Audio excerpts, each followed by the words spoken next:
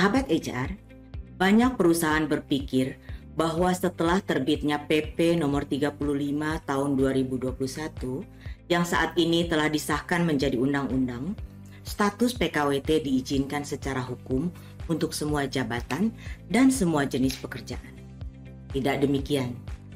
Jenis pekerjaan dan jangka waktu PKWT yang tercantum dalam PP nomor 35 tahun 2021 dan Undang-Undang 13 tahun 2003 masih tetap sama. Yang berbeda adalah bahwa di akhir PKWT, pengusaha wajib membayar kompensasi PKWT dengan rumus jangka waktu PKWT dibagi 12 dikalikan dengan upah. Upah terdiri dari gaji pokok dan semua tunjangan tetap.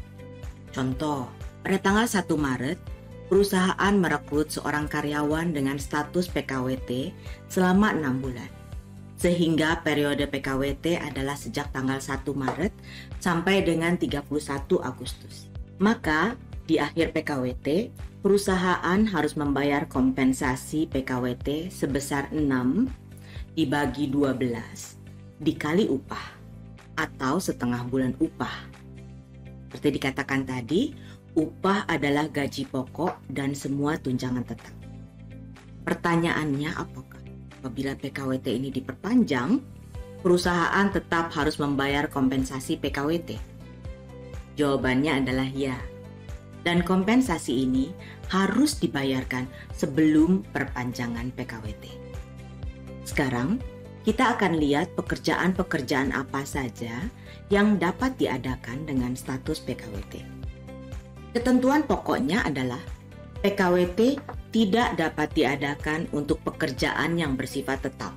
Misalnya bagian finance, accounting, HR, marketing, atau proses bisnis inti dari perusahaan kita. Secara rinci, pekerjaan yang dapat menggunakan PKWT adalah yang pertama, pekerjaan yang diperkirakan selesai dalam waktu maksimal 5 tahun. Contoh pekerjaan yang termasuk dalam poin yang pertama ini mungkin pekerjaan-pekerjaan proyek pembangunan atau proyek pembuatan jalan. Kalau proyeknya belum selesai dalam waktu 5 tahun, apakah masih boleh diperpanjang? Jawabannya tidak bisa.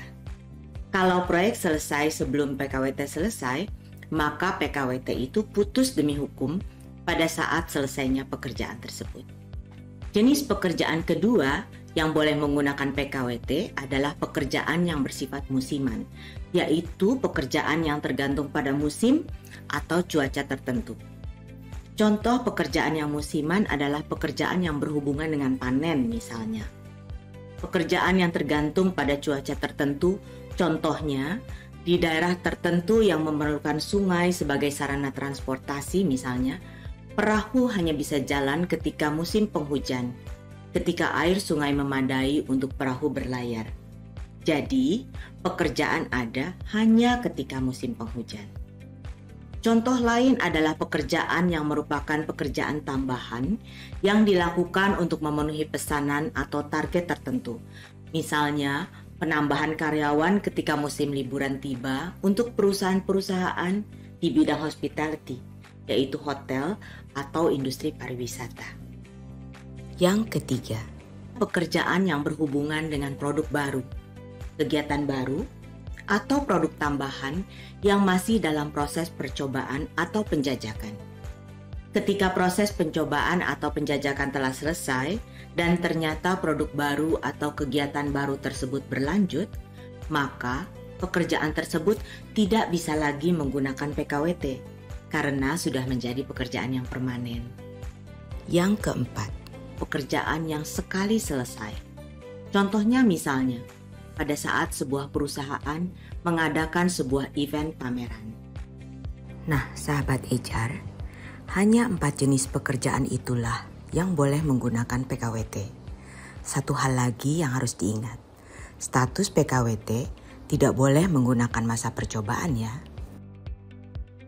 Semoga presentasi tadi membantu para sahabat HR mengenai PKWT. Kalau ada yang mau menambahkan, silahkan tulis di komen ya. Mari bagi ilmu. Ciao.